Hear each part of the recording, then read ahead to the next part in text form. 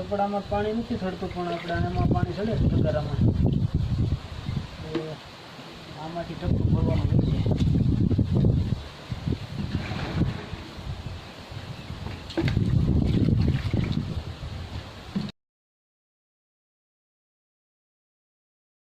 તો રામ રામ સીતારામ, જય માતાજી બધાને.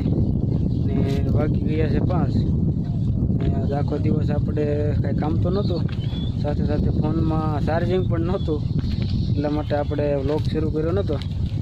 કારણ કે આપણે ઇલેક્ટ્રોનિક પંપમાં પણ ચાર્જિંગ થઈ ગયું છે અને લાઇટ 2 દિવસ પૂરા થઈ ગયા છે.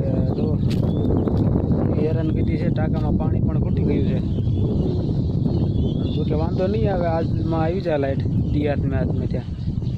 અત્યારે લાઇન મેન્ટેનન્સવાળા આપણે જે માણસો છે એ લાઇન પર જ છે અને પવન પણ અત્યારે ઉડ્યો છે ખૂબ.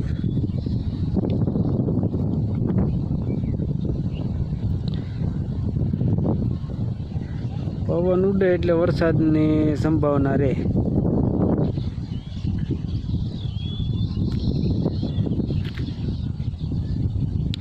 ને આપણા માલ જો મસ્ત અહીંયા બાંધ્યા છે ફરજામાં. એ માલને પાવા માટે આપણે થોડોક જુગાડ લગાવીને પાવાના રહેશે આજ, કારણ કે ટાંકામાં પાણી ઊંડું ઉતરી ગયું છે. એટલે નોઝરથી એટલે પાણી ઉતરી ગયું છે, એટલે નોઝરમાં તો પાણી ચડશે નહીં, પણ આપણે જે ટાંકાનું ઢાંકણું છે ઢાંકણાને ખોલી નાખશું. એવું લાગે એ રીતે માલને હાથમાંથી પાઈ લઈશું. ત્યાં લાઇટ આવી જશે લગભગ દિવસ. ને આ છે આપણા ભદુબેન. જો એ મસ્ત આપણે એને મોરી નાખી દીધી છે, મોરીનો શણગાર કરી દીધો છે. કારણ કે ભદુબેન હકના નહોતા બે હતા, 1-2 વખત ખીલા કટાવી નાખેલા ને હાકળ તોડી નાખીને એવા બધા એને ખેલ કરેલા, એટલે જો મસ્ત એને નોડી દીધા છે.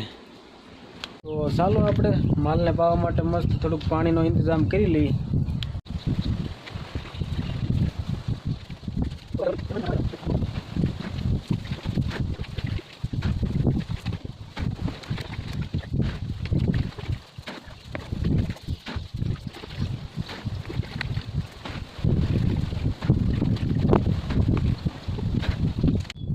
ફાઇનલી આપણું ટબ ભરાઈ ગયું છે અહીંયા, અને હાલો મસ્ત આપણે માલ બધા પાઈ લઈએ.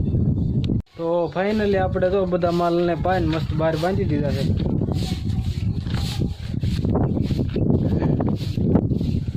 ટાંકામાં પાણી ઊંડું ઉતરી ગયું હતું, તો મસ્ત થોડોક જુગાડ લગાડીને પાણી પાઈ લીધા. ને હમણાં તો ધોવાનો ટાઈમ થશે એટલે 10 કલાક જોઈને ગ્રુપ કરવા જવાનું થશે. તો ફાઇનલી વાગી ગયા છે 7:15 અને આપણે તો મસ્ત ભેંસું ધોઈને કમ્પ્લીટ થઈ ગયા છીએ અને ગમાણીમાં નીણ પૂરો પણ કરી દીધો છે. અને હવે જવાનું છે આપણે મસ્ત દૂધ ભરવા. તો મળીએ નેક્સ્ટ વિડીયોમાં. ત્યાં સુધી રામ રામ સીતારામ, જય માતાજી.